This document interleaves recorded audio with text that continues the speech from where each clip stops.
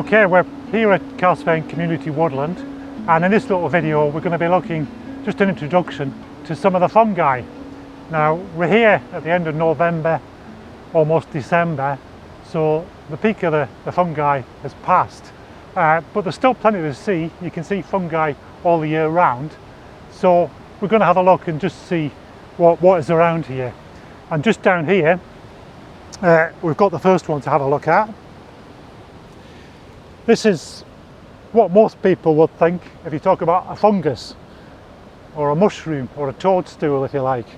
I've got one here which I picked earlier, and it consists of a stem, a cap, and most importantly underneath it's got gills, and the gills are the reproductive element of a fungus. They contain the spores, so when the mushroom is growing, the spores are in the gills, they fall out, get blown away by the wind or carried away by animals or whatever, and that's what causes the mushroom or the fungus to spread.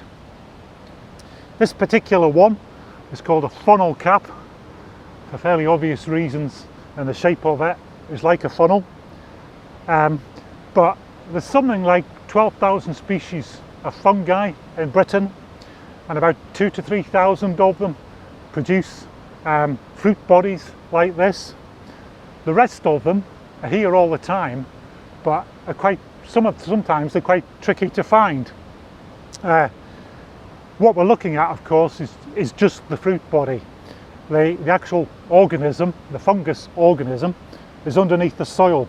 It's got a whole network of tiny fibres called mycelium, and they're under the soil all the time. And the reason that we see the fruit body in the autumn is just for reproduction purposes, to enable the fungus to spread. So this is the traditional mushroom shape or toadstool shape. There isn't really any difference between them, but we're also going to have a look and see if we can find some ones that have different sort of shapes. This one here, this is a fungus. It's a very different shape to the traditional mushroom or toadstool shape, but it's a fungus that feeds on dead wood. There's dead birch in here, and it's a very common species that you'll find it through most of the year. It's called candle snuff fungus because supposedly it looks like a candle that has been snuffed out. But fungi doesn't just grow in soil, it grows in trees as well. This is a birch tree, and it'll be full of fungal mycelium growing inside it. There's a bit of a debate on how they get inside it.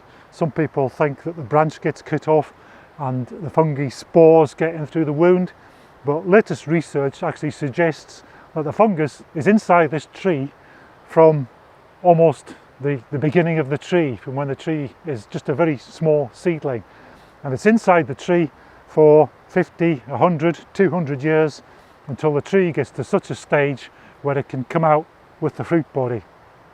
And the obvious one to look for if you're looking at birch trees is birch polypore, which is a very common fungus that you often come across on birch trees.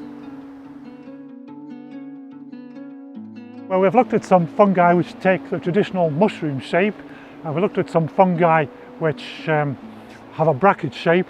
What I'm going to show you here is one of the other shapes which fungi take. They take on many, many different shapes. This one, this black substance that you can see here, this crust, you might not even think it's a fungus when you first look at it. It is a fungus. It's called hazel glue or glue crust. And most fungi under the ground have the mycelium, which all link together under the ground. Hazel glue's decided that there's too much competition under the ground, and it's moved up into the canopy. And what it does is, where two hazel branches link together, the glue crust sticks them together so that they're held together permanently, and then the fungus can actually move from one branch to another.